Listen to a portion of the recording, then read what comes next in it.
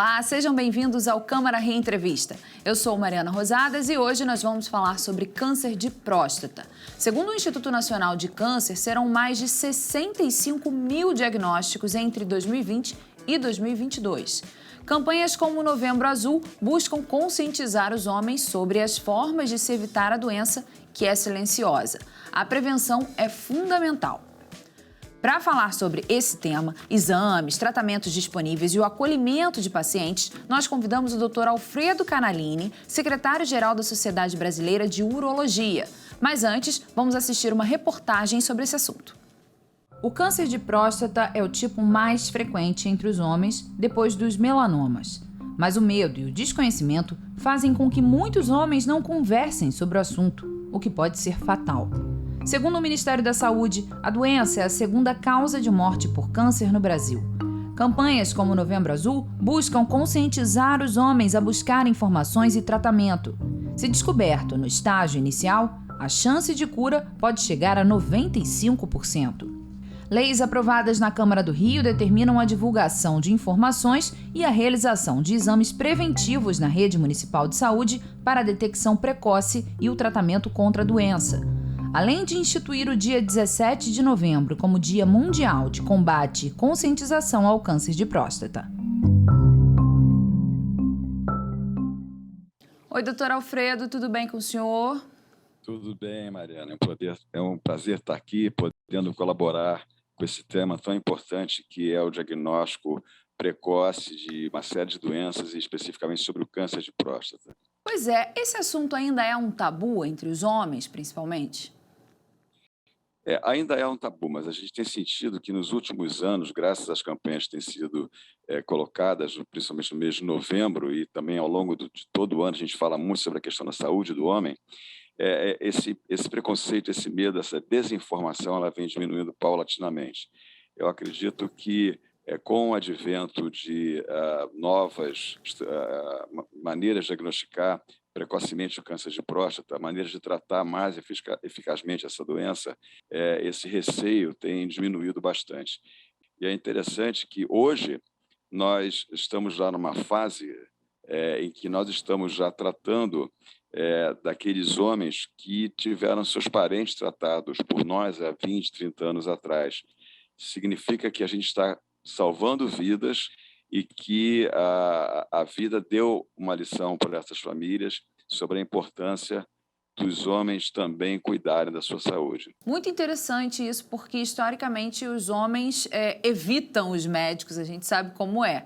E que bom que as famílias já estão se habituando mais a procurar especialistas quando há sintomas, etc. Agora, o que é a próstata e por que ela é tão importante na saúde masculina?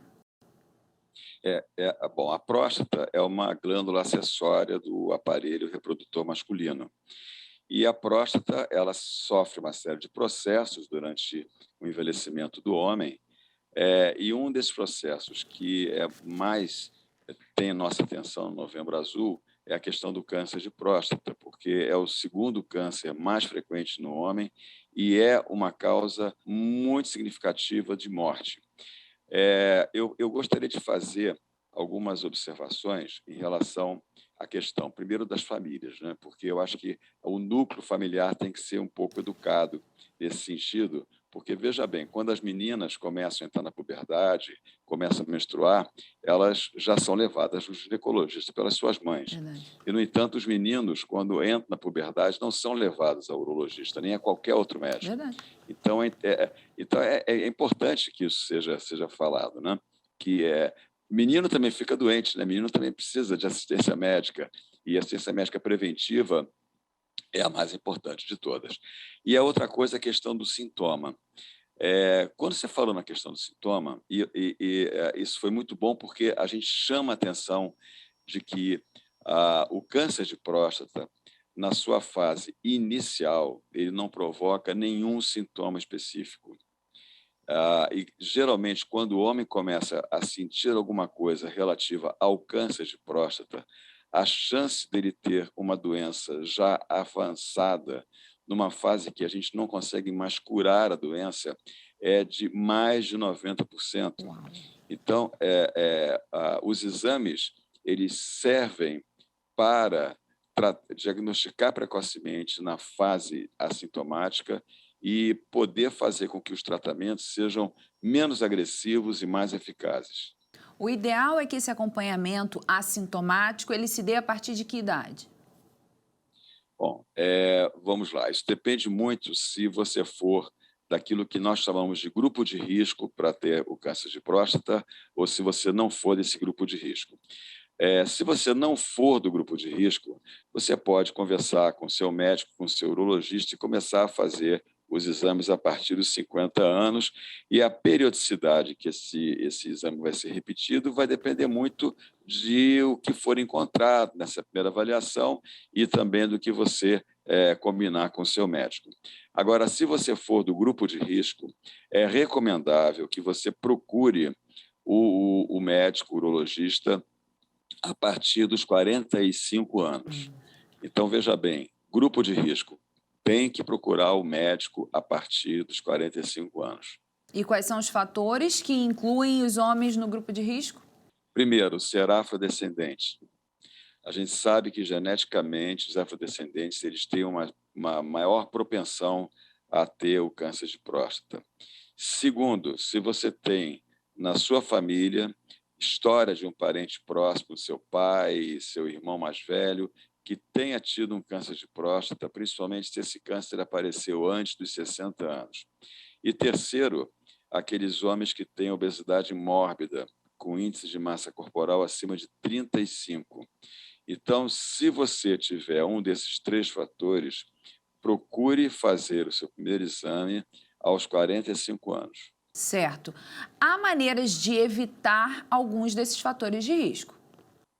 Sim, bom, geneticamente ainda não. Talvez futuramente a gente consiga mexer no DNA e evitar que algumas capacidades, algumas propensões genéticas se manifestem. Mas o que a gente pode fazer hoje é na questão da alimentação.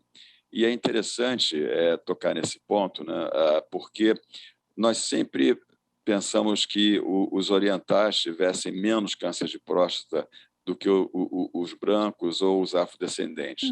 Então, o que acontece é o seguinte, quando você pega a população japonesa, a gente vê que a população japonesa que mora no Japão e que tem hábitos alimentares da cultura japonesa, da culinária japonesa, eles têm pouco câncer de próstata. No entanto, esse japonês, quando vai para os Estados Unidos, por exemplo, e ele adapta a sua alimentação, a alimentação ocidental, aquele fast food, muita proteína, muita gordura animal, etc., ele começa a ter a mesma incidência de câncer de próstata que a população em geral. Então, veja como é que a questão alimentar ela é importante, né? Evitar muita gordura animal, evitar proteína animal, essas coisas devem ser feitas. E hábitos de vida saudável. Todo mundo sabe o que é vida saudável, né? Você ter atividade física regular, você ter uma alimentação equilibrada, você não engordar e não fumar também. Ok, doutor Alfredo, daqui a pouco a gente volta a conversar. O Câmara Rio Entrevista vai para um rápido intervalo, mas volta já já, não sai daí.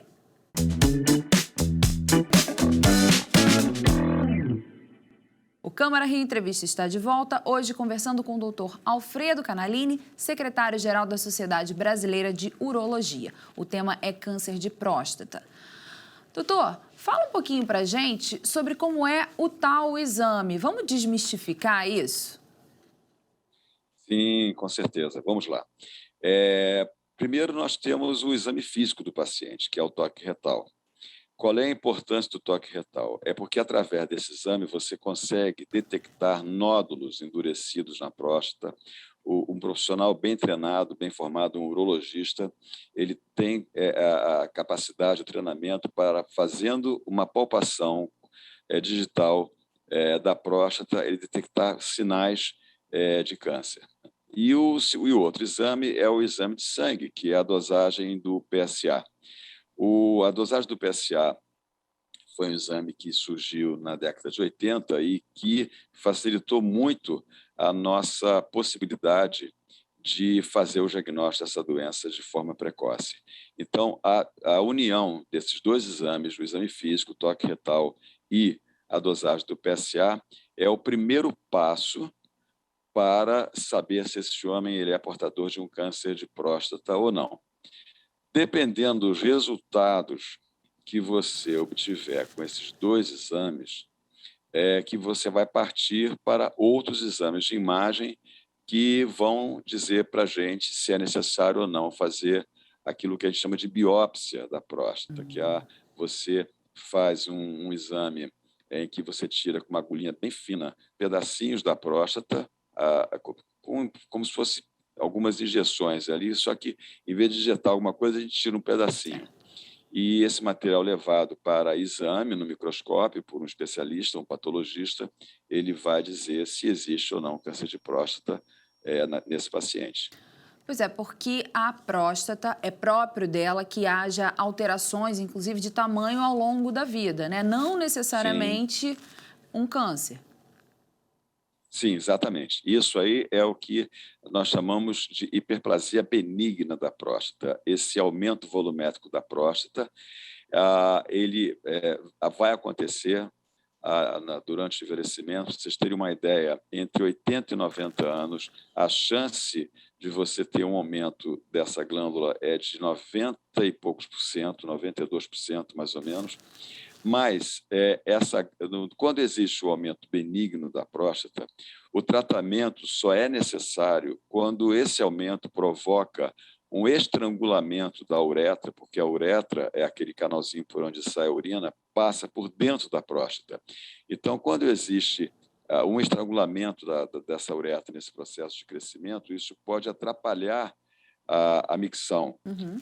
Então, o homem começa a urinar com dificuldade, começa a ter vários sintomas, e aí você precisa tratar esse aumento benigno, mesmo benigno que você tem que tratar.